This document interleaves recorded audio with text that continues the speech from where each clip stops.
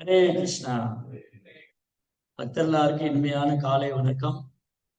இன்றைய ஞாயிறு விருந்து சத்சங்க நிகழ்ச்சிக்கு வந்து கலந்துருக்கிற எல்லா பக்தர்களுக்கும் என்னுடைய பணிவான நமஸ்காரம். இன்னைக்கு வந்து நம்ம பகவத்கீதையினுடைய 18வது அத்தியாயம் படிச்சோம். இந்த 18வது அத்தியாயம் வந்து பகவத்கீதையினுடைய ஒரு கண்ணோட்டம். 17ஆம் அத்தியாயத்திலே பகவத்கீதை கிருஷ்ணன் சொல்லி முடிச்சிட்டார். 18 சாப்டரோட பகவத்கீதை முடிஞ்சது. 17ஆம் அத்தியாயத்திலேயே கிருஷ்ணர் பகவத்கீதை சொல்லி முடிச்சிட்டாரு. 18ஆம் அத்தியாயத்துல என்ன பண்றாருன்னா, இதுக்கு வரைக்கும் சொன்னதெல்லாம் ஒரு தடவை ஞாபகப்படுத்துறாரு.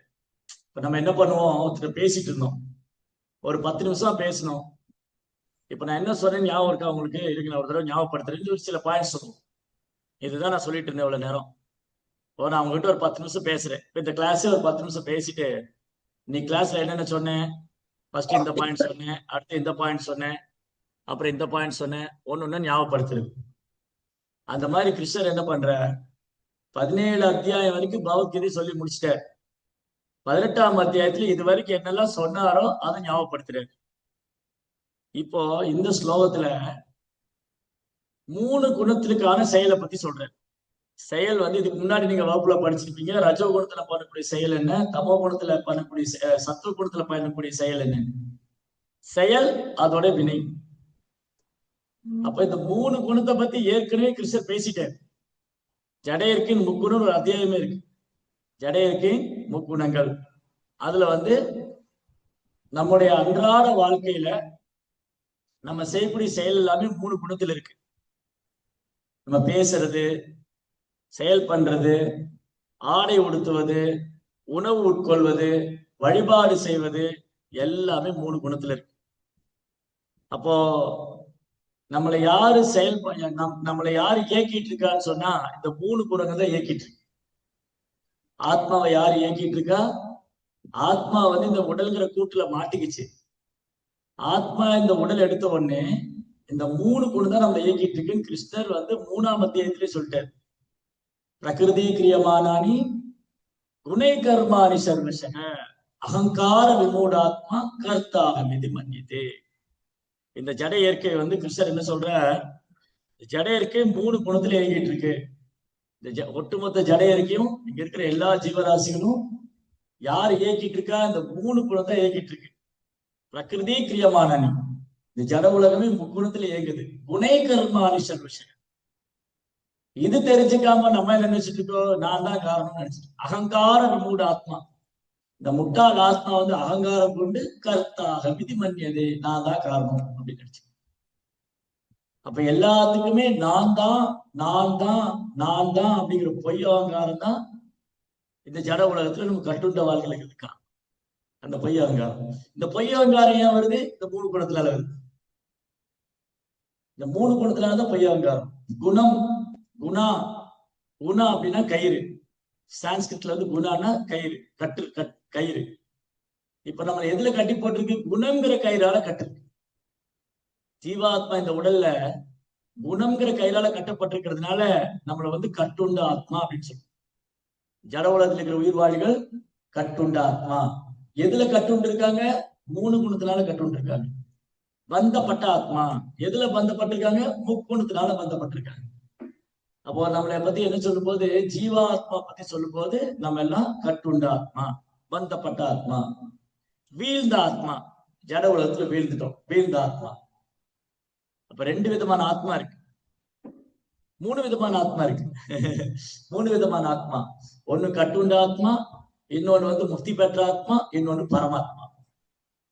நம்ம கட்டுண்ட ஆத்மா, பிரபுபாத மாதிரி ஆச்சாரியர்கள் முக்தி பெற்ற ஆத்மா, கிருஷ்ணர் பரமாத்மா. இந்த கட்டுண்ட ஆத்மால ரெண்டு வகை இருக்கு. ஒரு நல்ல ஆத்மா, துராத்மா. நல்ல ஆத்மா, துராத்மா. நல்ல ஆத்மாக்கள் என்ன பண்ணுவாங்க? சத்சங்கத்துக்கெல்லாம் வருவாங்க. கட்டுண்ட நிலையில இருந்தாலும் வருவாங்க. சரி, அங்க என்ன நடக்குதுன்னு பார்க்கலாம். அப்போ கிருஷ்ணர் என்ன சொல்றாரு? பகவத்கீதை 7ஆம் அத்தியாயத்துல 4 விதமான நல்லவங்க சொல்றேன், 4 விதமான துஷ்கிருதி. சுக்கிருதி, துஷ்கிருதி 2 பேர். சுக்கிருதினா நல்லவங்க, துஷ்கிருதினா கெட்டவங்க. சதுர்விதா பஜதேவம் ஜனா சுக்கிருதினோ அர்ஜுனா ஆர்த்தோ ஜிக்யாசுர் அர்த்தார்த்தி ஞானீஷ பரதர்ஷவா. 4 பேர் நல்லவங்கன்னு சொல்றாரு கிருஷ்ணா. யாரெல்லாம்? வாழ்க்கையில அடி மேல அடி வாங்கி நொந்து நூடுல்ஸ் ஆகி வாழ்க்கையை வெறுத்து போறாங்க. கிருஷ்ணா எப்படியாவது என்னை காப்பாத்துங்க, இந்த வாழ்க்கை போதும் எனக்கு அப்படின்னு கை தூக்கிடுவாங்க. வாழ்க்கையில ரொம்ப கஷ்டப்படுறவங்க, வறுமையில இருக்கிறவங்க, கஷ்டப்படுறவங்க. அப்புறம் கேள்வி கேட்கறவங்க, ஏன் இப்படி நடக்குது, ஏன் கடவுள் இதெல்லாம் பார்த்து சும்மா இருக்காரு, நான் இறந்ததுக்கு அப்புறம் என்ன ஆவேன், எனக்கு மறுபிறவி இருக்கா, ஏன் இந்த உலகம் இப்படி இருக்கு, ஏன் இங்க இருக்கிறவங்க இப்படி இருக்காங்க, ஏன் எனக்கு மட்டும் இப்படி நடக்குது, இந்த ஏன் எனக்கு மட்டும் இப்படி நடக்கிறது கேள்வி எல்லாரும் எல்லாரும் சொல்லுவாங்க.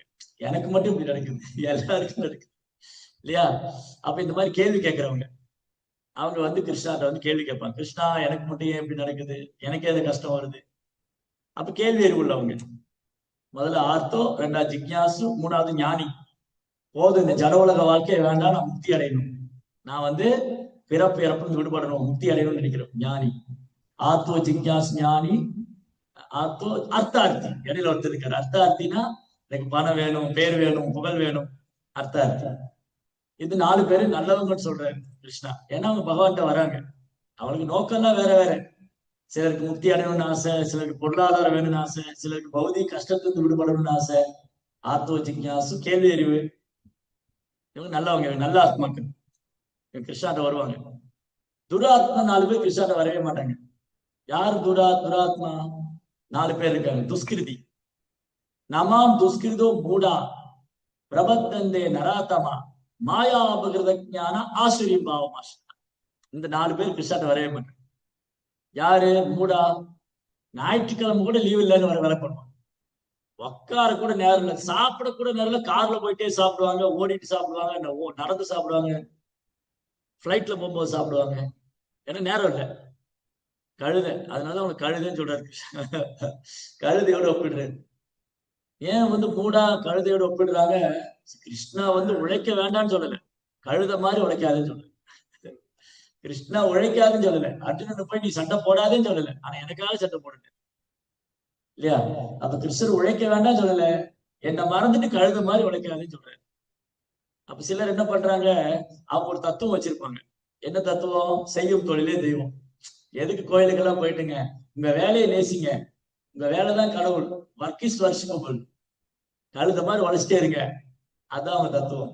இவங்க ஒரு நாள் கோயிலுக்கே வரமாட்டாங்க, சத் சங்கத்துக்கு வரமாட்டாங்க. ஏன்னா அவங்க பேர் வந்து உழைச்சிக்கிட்டே இருக்குங்க, அப்படி செத்து போயிருக்கோம். மூடா. மூடா நர ஆத்தமா. நர ஆத்தமா, நர உத்தமா, 2 பேர். நர உத்தமானா மனிதர்களே கிரேட் பர்சனாலிட்டி. நர ஆத்தமான மனிதர்களே கடைநிலையான, மதுபானம் பருகுவது, தகாத செயல்பட்டது, இந்த மாதிரி இருக்கிறவங்களும் வரமாட்டாங்க, நர ஆத்தமர்களும் வரமாட்டாங்க. அப்புறம் மாயா அபகிருத ஞானா. இவங்க யாரு? மாயா அபகிருத ஞானா நிறைய படிச்சிருப்பாங்க. நான் பெர்லிஸ் யூனிவர்சிட்டியில படிச்சிருக்கேன், நான் கேஎல்ல படிச்சிருக்கேன், அந்த யூனிவர்சிட்டியில படிச்சிருக்கேன், இந்த யூனிவர்சிட்டியில படிச்சிருக்கேன், எனக்கு கேட்ட கடவுளை பத்தி ஒண்ணும் தெரியாது. கடவுளா? அப்படி ஒண்ணு இருக்கா? இன்னைக்கு இந்த கேள்வி எல்லாம் வருது, கடவுள் இருக்கா இல்லையா? ஆனா ஒரு காலத்துல இந்த மாதிரி கேள்வியே கிடையாது. இப்ப சமீபத்துல பாருங்க, கடவுள் மேல நம்பிக்கை குறைஞ்சு. ஏன்னா எங்க படிப்புல பௌதிக கல்வியில ரொம்ப பெருசா பௌதிக கல்வி படிச்சுட்டாங்க, பெரிய பெரிய டாக்டர், சயின்டிஸ்ட். அதனால அவங்களுக்கு நம்பிக்கை இல்லை. என்ன ஆயிடுச்சு? அவங்க அறிவை மாயை அபகரித்து விட்டது. மாயா அபகரித்து ஆசிரியம் பாவம் ஆசிரிதா. கடவுள் கிடையாதுன்னு சொல்றோம், அசுரத்தன்மை படிச்சவங்க. இவங்க எல்லாம் துராத்மா, இவங்களுக்கு வரமாட்டாங்க, இந்த 4 பேர் வரமாட்டாங்க. அப்போ துராத்மா, அப்புறம் வந்து இந்த ஜீவாத்மால 2 கேட்டகரி, துராத்மா, மகாத்மா, ஆத்மா. 3 ஜீவாத்மால 3 கேட்டகரி, துராத்மா, ஆத்மா, ஆத்மா, துராத்மா, மகாத்மா. இப்ப பிரபுபாதர்ல மகாத்மா. பிரபுபாதர் பகவத்கீதை சொல்றாரு, கிருஷ்ணர் மகாத்மா யாரு? இப்ப துராத்மா பத்தி சொன்ன கிருஷ்ணர் மகாத்மா பத்தி சொல்லியிருக்கணுமே இல்லையா? மகாத்மாவோட ஆக்டிவிட்டி என்னது? மகாத்மா யாரு? 2 ஆத்மா இருக்காங்க. ஒண்ணு ஜீவாத்மால 2 கேட்டகரி, ஒண்ணு துராத்மா, மகாத்மா. இந்த துராத்மா யாரு? இந்த மாதிரி கோயிலுக்கே வர நேரம் இல்லை, எனக்கு எதுவுமே நேரம் இல்லைன்னு சொல்றோம். மகாத்மா யாரு? அவருடைய ஆக்டிவிட்டிஸ் என்ன? மகாத்மா எப்படி? இப்ப நாம இந்த பூமியில வந்திருக்கோம்னு சொன்னா, நம்ம வந்தது நம்ம கர்மத்தை அனுபவிக்கிறதுக்கு வந்திருக்கோம். ஒரு குறிப்பிட்ட நாட்டுல, குறிப்பிட்ட குடும்பத்துல, குறிப்பிட்ட உடல் எடுத்து அதுல வரக்கூடிய இன்ப துன்பத்தை அனுபவிச்சுட்டு இருக்கோம். மகாத்மா என்ன பண்றாங்க? மகாத்மானம் மாம் பார்த்த தெய்வீம் பிரகிருதி மாசினா. மகாத்மாக்கள் வந்து கிருஷ்ணனுடைய மேற்பார்வையில் இந்த பூமிக்கு வராங்க. நாம கிருஷ்ணர் வேணான்னு சொல்லி வந்தோம். நம்ம எல்லாம் கிருஷ்ணரை வேணான்னு சொல்லி வந்தோம். மகாத்மா வந்து கிருஷ்ணரால் அனுப்பி வைக்கப்படுறாங்க. அப்ப அவங்களோட ஆக்டிவிட்டிஸ் என்னது? மகாத்மா எப்ப என்ன பண்ணிருப்பார்? சததம் கீர்த்தை அந்தோமாம் எதந்த சத்ரபிரதா. எப்போதும் உறுதியான மனதோடு பகவானை புகழ் பாடினேன். அதான் மகாத்மா. 24 hours சததம் கீர்த்தை அந்தோமாம். எப்போதும் கிருஷ்ணாவுடைய புகழ் பாடினே இருப்பார். சததம் கீர்த்தை அந்தோமாம் எதந்த திடபிரதா. உறுதியான மனதோட. இல்ல இன்னைக்கு எனக்கு மனசு சரியில்லை, நாளைக்கு கீர்த்தனை வச்சுக்கலாம், இன்னைக்கு ஜெபம் பண்ண முடியாது, நாளைக்கு பண்ணிக்கலாம். நோ, அப்படி கிடையவே கிடையாது. 24 மணி நேரம் என்ன நடந்தாலும் கிருஷ்ணர் புகழ் பாடிட்டு இருப்பாங்க. அதான் மகாத்மா. சததம் கீர்த்தயந்தோமா மிதந்த சதபிரதா நமசியன் தசியமாம் பக்தியா நீத்தோபாசதே. எனக்கு வந்தனை செய்து நமஸ்காரம் பண்ணி எப்போதும் என்னை வழிபட்டு இருப்பாங்க இன்றைக்கு மகாத்மா. அப்ப நம்ம என்ன பண்ணணும்? நம்ம வந்து ரொம்ப பாக்கியம் பண்ணிருக்கோம். நம்ம துராத்மா இல்லை, இங்க வந்து உட்கார்ந்து இருக்கோம். நம்ம எல்லாரும் இந்த கேம்பஸ்குள்ள வந்துட்டோம். அதனால நம்ம நல்ல ஆத்மாக்கள் தான். இந்த நல்ல ஆத்மாக்கள் மகாத்மா ஆகணும். இப்ப இங்க இருக்கிற எல்லா நல்ல ஆத்மாக்களும் மகாத்மா ஆகணும். அதுக்கு என்ன பண்ணணும்? மகாத்மாக்கள் அடிச்சு ஒட்டே பின்பற்றணும். ஏன்னா கிருஷ்ணா வந்து மகாத்மாக்களுக்கு தான் தன்னை வெளிப்படுத்துறாரு. கிருஷ்ணா யாருக்காக தன்னை வெளிப்படுத்துறாரு? மகாத்மாக்களுக்கு. அத்தகைய மகாத்மாக்களுக்கு சேவை செய்யறது மூலமா, அவங்களுடைய சங்கத்தில் இருக்கிறது மூலமா, அவனுக்கு கேட்கறது மூலமா என்ன ஆகும்? நமக்கும் கிருஷ்ண பக்தியில முன்னேற்றம், நமக்கும் பகவான் மேல அன்பு வரும். நாமளும் பிரபுபாடைய கருணையால இப்ப நம்ம எல்லாருமே துராத்மாங்கிற கேட்டகரியிலிருந்து வெளியே வந்து ஆத்மாங்கிற கேட்டகரியில இருக்கு. இப்ப இன்னும் வந்து இந்த ஆத்மா புனிதம் பண்ணிடணும், மகாத்மா ஆகணும்.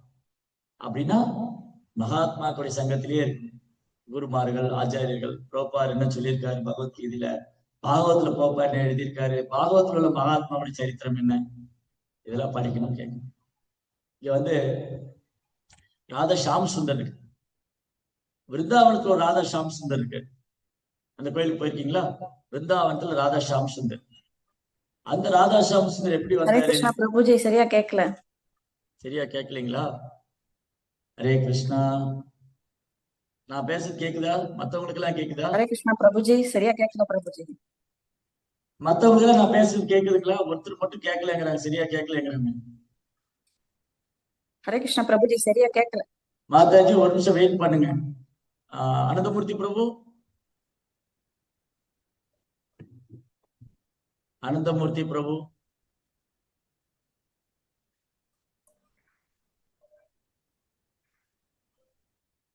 என்னாச்சு? சோ விருந்தாவனத்துல ஒரு ராதா பிரபு, நான் பேசுறது கேக்குதா? விட்டு விட்டு கேக்குது ப்ரோ, கிளியரா கேட்கல. இங்க வைஃபை இருக்கு ப்ரோ. இவர் நெட் ஏதோ ப்ராப்ளம் ஆகுதுன்னு நினைக்கிறேன். டவர் விட்டு விட்டு ஒரு நிமிஷம் இருங்க. நெட்வொர்க் ஏதோ ப்ராப்ளம் இருக்குன்னு நினைக்கிறேன். வாய்ஸ் கிளியர்ல பிரபு. இப்போ ஹரே கிருஷ்ணா கிருஷ்ண கிருஷ்ண ஹரே ஹரே, ஹரே ராம ராம ராம ஹரே. இப்போ ஓகேவா? இப்ப தெளிவா இருக்கா?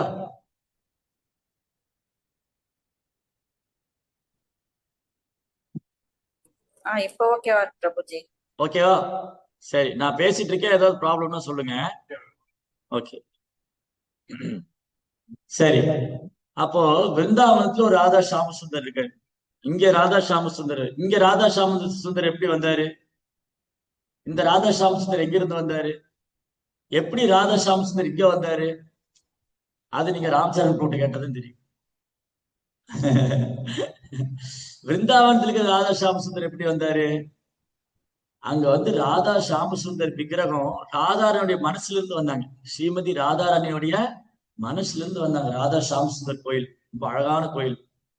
அங்க வந்து துக்கி கிருஷ்ணான்னு ஒரு பக்தர் சேவை பண்ணிட்டு இருந்தார். துக்கி கிருஷ்ணா, ஆக்சுவலி அவர் பேர் வந்து துக்கி. அதாவது நம்முடைய வைஷ்ணவ சம்பிரதாயத்துல நிறைய ஆச்சாரியர் தோன்றியிருக்காங்க, நிறைய மகாத்மாக்கள், தூய பக்தர்கள். அவங்க எல்லாம் பகவானால இந்த பூமிக்கு அனுப்பி வைக்கப்பட்டவங்க.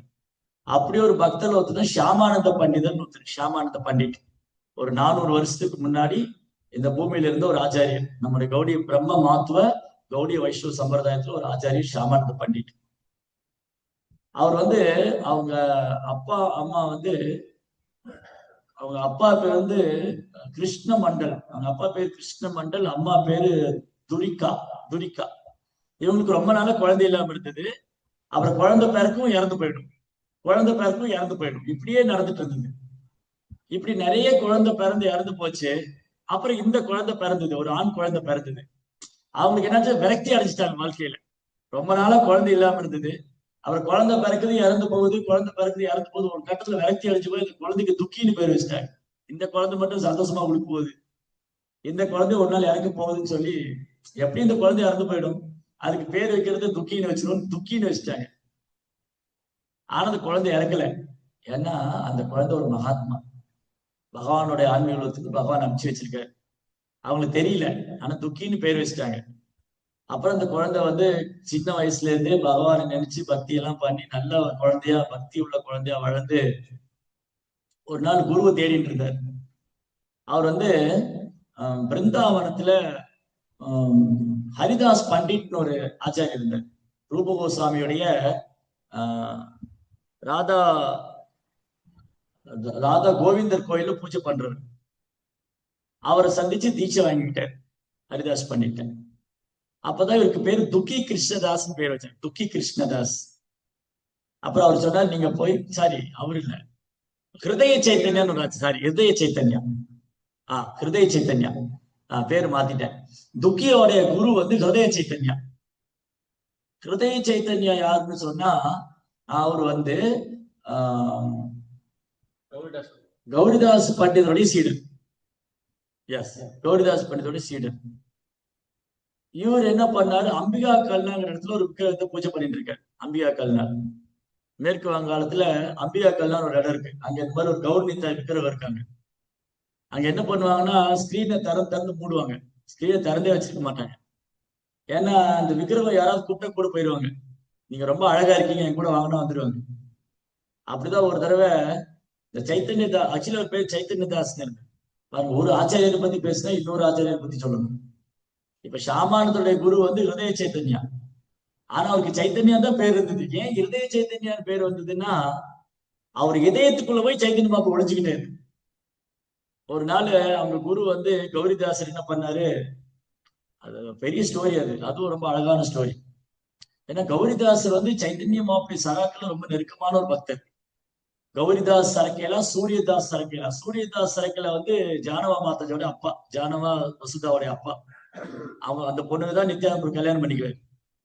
அந்த அவருடைய சகோதரன் கௌரிதாஸ் பண்டிட். கௌரிதாசர் என்ன பண்ணுவாருன்னா, அவருக்கு சைத்தன்ய மாப்புன்னா உயிர், மகாபுரு பிரிஞ்சு இருக்க முடியாது.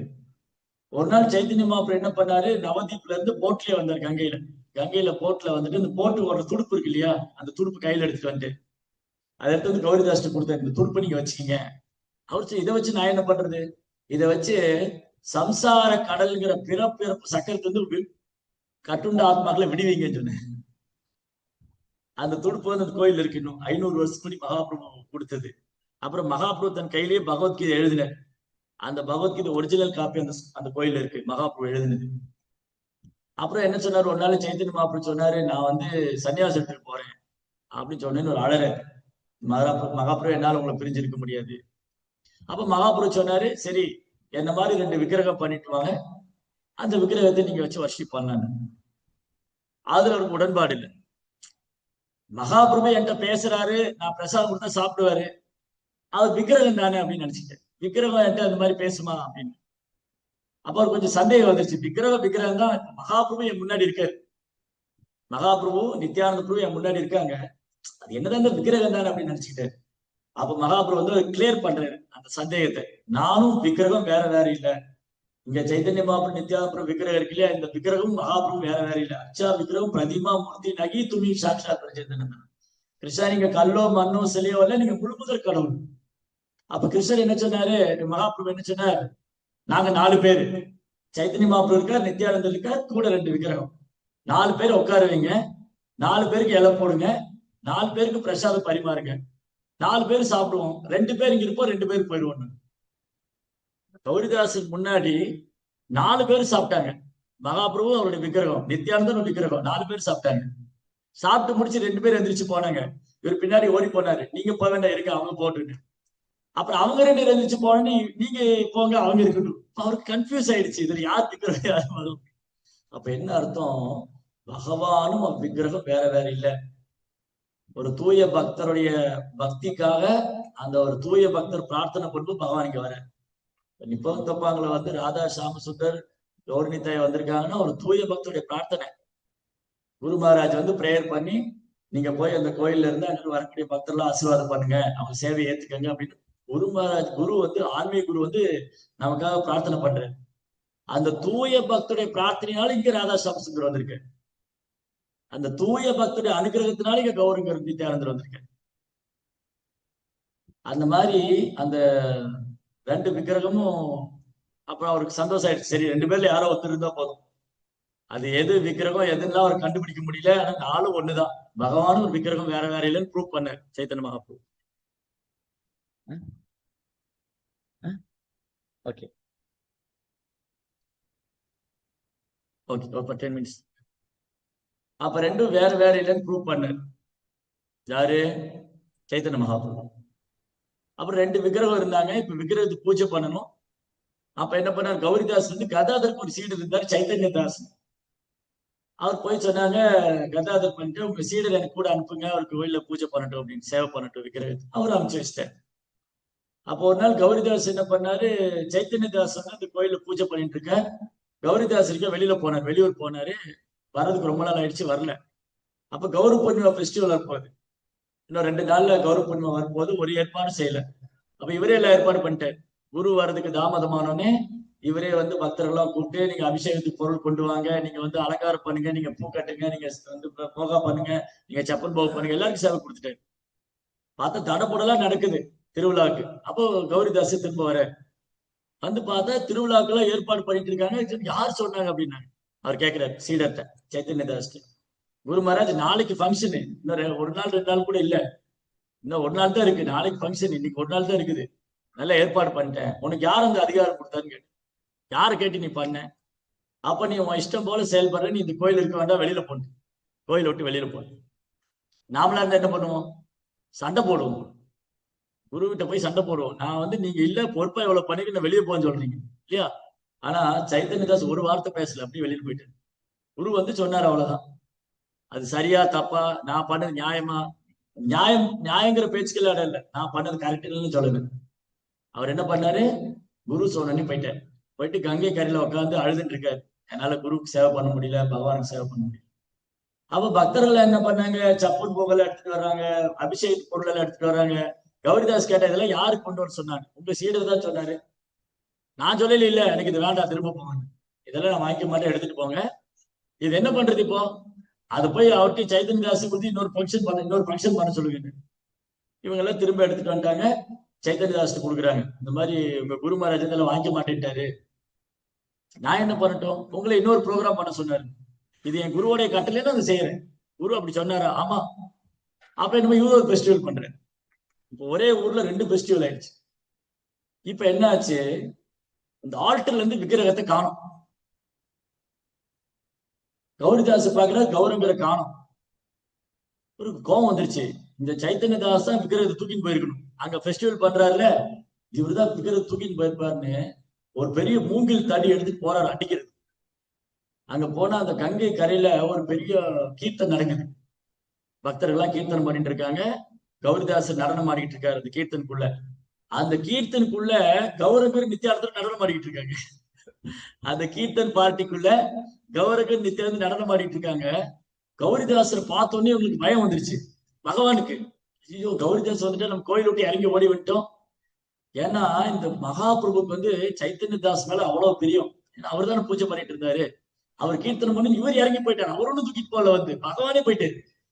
இப்போ கௌரிதாசரை பார்த்தோன்னே இவருக்கு பயம் வந்துருச்சு. நான் கோயிலை விட்டு வந்துட்டு இவர் என்ன தேடி வந்திருக்கிறாரு, என்ன பண்றது, எங்கேயா ஒளிஞ்சுக்கணுமே, எங்க ஒளியிருதுன்னு பாக்குறாரு அந்த கூட்டத்துக்குள்ள. அப்போ சைத்தன்யதாசர் இதயத்துக்குள்ள போய் ஒளிஞ்சுக்கிட்டாரு. இது குரு பாக்குறாரு. பகவான் என்ன பண்ணாரு?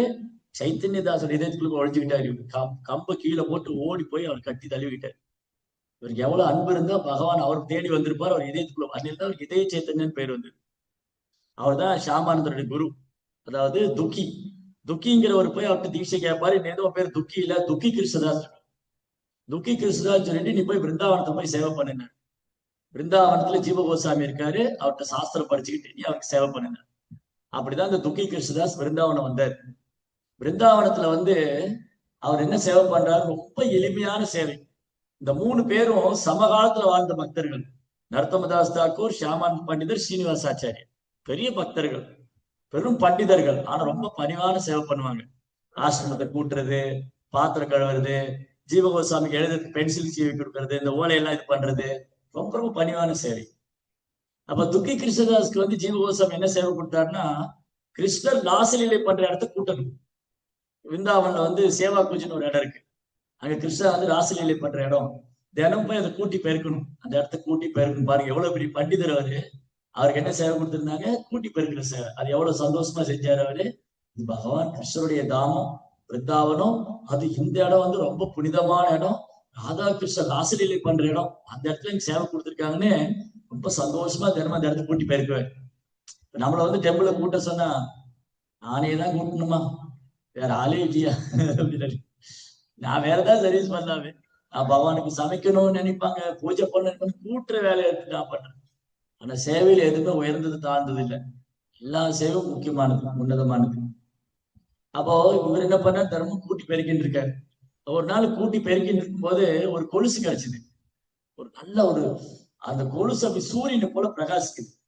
அந்த கொலுசை தொட்ட உடனே அவர் உடம்பெல்லாம் மயிர் குத்திட்டு கண்ணுல எல்லாம் கண்ணீர் அப்படி மயங்கி விழுந்துட்டாரு. கிருஷ்ணா கிருஷ்ணா கிருஷ்ணான்னு சொல்லி மயங்கி விழுந்துட்டாரு. அப்படியே அவருக்கு கிருஷ்ணர் மேல அந்த அன்பு, அந்த கொலுசு தொட்ட உடனே கிருஷ்ணர் மேல அன்பு வந்துருச்சு. அந்த கொலுசு யாருடையது? ராதாராணியோடையது. கிருஷ்ணரும் ராதையும் நடனம் ஆடிக்கிட்டு அந்த லீலையை முடிச்சு, அதாவது இப்ப இருக்கிற விருந்தாவனம் இருக்கு இல்லையா, இப்ப இருக்கிற விருந்தாவனம், அந்த விருந்தாவனமும் ஆன்மீக லோகத்துல விருந்தாவனம் வேற வேற இல்லை. நம்ம கண்ணுல பார்க்க முடியல, அவ்வளவுதான். நம்ம கண்ணால ராதா கிருஷ்ணர், ராதா ஷியாம சுந்தர் பிருந்தாவனத்தில் நித்தியமா லீலை பண்ணிக்கிட்டு இருக்காங்க. நம்ம ஜன கண்ணால பார்க்க முடியாது. எப்படி பார்க்க முடியும்? பிரேமாஞ்சன சுனித பக்தி விலோச்சன, பக்திங்கிற மை பூசப்பட்ட கண்ணு தான் பார்க்க முடியும். இந்த ஊன கண்ணால ராதா கிருஷ்ணர் தரிசனம் பண்ண முடியாது. அப்போ விருந்தாவன லீலை பண்ணிதாங்க. ராதாராணி பாக்குறாச்சு, என் கொலுசு காணுமே, இங்க நான் ராசனம் பண்ணுமே, அந்த சேவா கோச்சில விட்டுட்டு வந்துட்டோம். அப்போ ராதாராணி என்ன பண்ணாங்க, லலிதா சக்கி கூப்பிட்டாங்க. ஏய் லலிதா, என் கொலுசு அங்க நான் சேவா கோச்சில விட்டுட்டு வந்தேன், நீ போய் எடுத்துட்டு வரையாரு. அப்ப லலிதா சக்கி ஒரு வயசான பாட்டி ரூபத்துல வராங்க. அங்க துக்கி கிருஷ்ணதாஸ் என்ன பண்ணாரு, அந்த கொலுசு கையில வச்சுட்டு அப்படியே அழுதுட்டே இருக்காரு. கிருஷ்ணா கிருஷ்ணா அப்படியே படுத்து தலையில விழுந்திருக்காரு. இந்த வந்தாங்க, ஏப்பா தம்பி தம்பி அப்படின்னா, யார் பாட்டி நீ? இங்க என்னோட பொருள் ஒண்ணு என் பேத்தி தொலைச்சிட்டா, அது நீ பாத்தியா? என் பேத்தி ஒரு பொருளை தொலைச்சிட்டாப்பா, உங்க பேத்தி வந்தாதான் தருவேன். ஏன்னா தெரியும் அவருக்கு இது சாதாரண பொண்ணுடைய கொலுசு இல்ல. சாதாரண பொண்ணுடைய கொலுசு தொட்டா யாருக்காவது உடம்பெல்லாம் மயிர் குத்திட்டு கண்ணெல்லாம் கண்ணீர் கிருஷ்ணன் மேல பிரேமம் வருமா? ஒண்ணு அடைக்கடையில வைக்கணும் தான் தோணும். சாதாரண பொண்ணுடைய கொலுசு கிடைச்சா என்ன பண்ணுவானுமே, அடைக்கடையில தான் வைக்கணும் தோணும், ஏதோ சேல் பண்ணணும்னு தோணும். ஆனா கிடைச்ச கொலுசு யாருடையது? ஸ்ரீமதி ராதாராணியோடையது. அதை தொட்ட மாத்திரத்துல அவருக்கு கிருஷ்ணர் மேல அன்புன்னா எப்படின்னு பாத்துக்கணும். அவர் சொன்னாரு, நீங்க கேட்டெல்லாம் தரமாட்டேன், அந்த ஓனர் வர சொல்லுங்க. ராதாராணிக்கு புரிஞ்சு போயிடுது, இவருக்கு தெரிஞ்சு போயிடுது என்னுடைய கொலுசுன்னு. அப்ப ராதாராணி வந்தாங்க. ராதாராணி அந்த கொலுசு எடுத்து அவர் நெத்தியில வச்சு ஆசீர்வாதம் பண்ணாங்க. நீங்க அந்த கோயில்ல போனீங்கன்னா அங்க இருக்கிறவங்களுக்கு எல்லாம் எப்படி திலக்கு போட்டிருப்பாங்கன்னா, ராதா சாமசுந்தர் கோயில்ல இப்படி திலக்கு இருக்கும், இந்த கீழே கொலுசோடைய திருகாணிமா இருக்கும். நம்மள மாதிரி துளசி இருக்காது. இந்த ராதா சாமசுந்தர் கோயில்ல இருக்கிற பக்தர்கள் மட்டும் எப்படி திலக்கு போட்டிருப்பாங்கன்னா, பகவான் 2 பாதம் இருக்கும், இங்க அந்த திருகாணி கொலுசோடைய திருகு மாதிரி இருக்கும். நமக்கு துளசி இருக்க. அப்ப ராதாராணி என்ன பண்ணாங்க, அந்த கொலுசு எடுத்து அவர் நெத்தியில வச்சு ஆசீர்வாதம் பண்ணாங்க. பண்ணிட்டு அவங்க இதயத்திலிருந்து ஒரு விக்கிரகம் கொடுத்தாங்க. இன்னில இருந்து ஒரு பேர் துக்கி கிருஷ்ணால ஒரு பேர் ஷாமானந்தன் சொன்னாங்க. ஷாமானந்தா, ஷாமானந்தான்னு ஷாமாவுக்கு ஆனந்தம் தருவோம். அவருடைய தாஸ் ஷாமாவுக்கு யார் ஆனந்தம் தருவா? ஸ்ரீமதி ராதாராணி. ஷாமானந்த தாஸ்னா சாமசுந்தரனுக்கு ஆனந்தம் தரக்கூடியவங்களுடைய தாசர் அப்படின்னு ஆசீர்வாதம் பண்ணி அவங்க இதயத்திலிருந்து ஒரு விக்கிரகம் கொடுத்தாங்க. அதான் ஷாமசுந்தர். ராதாராணுடைய இதயத்திலிருந்து வந்த விக்கிரகம் ஷாமசுந்தர். அப்படியே உடம்பெல்லாம் நடுங்கி போய் அவர் கண்ணெல்லாம் கண்ணீர் வந்து. அந்த மாதிரி ஒரு தூய பக்தர்களுக்கு வந்து பகவானுடைய தரிசனம், சாதாரண தரிசனம், ஆசீர்வாதம் எப்போ வரும். அப்புறம் அவர் வந்து யார்கிட்டயுமே சொல்லல. எல்லாரும் பாக்குறாங்க, என்ன இவர் வித்தியாசமா திலக்கு போட்டிருக்காரு, பேரு வேற மாத்திக்கிட்டாரு. இது அபராதம் இல்லையா? குரு ஒரு திலக்கு கொடுத்திருக்காரு, குரு ஒரு மந்திரம் கொடுத்திருக்காரு. நமக்கு குரு வந்து ஒரு தீட்சை கொடுத்திருக்காரு. நான் பாட்டுக்கு என் பேரை மாத்திக்கலாமா? இல்ல நான் ஒரு மாதிரி திலக்கு போட்டுக்கலாம். குரு கேட்பாரு, உனக்கு என்னாச்சு, ஏன் நீ திலக்கு மாத்தி போட்டிருக்க, ஏன் மந்திரம் தப்பா சொல்றேன்? எல்லாருக்கும் ஆச்சரியமா இருக்கு, இவரே இப்படி இருக்காருன்னு. ஆனா ஜீவகோசாமிட்ட போயிடுச்சு. ஜீவகோசாமி புரிஞ்சுட்டாரு, என்னமோ அங்க நடந்திருக்கு அப்படின்னு சொன்னாரு.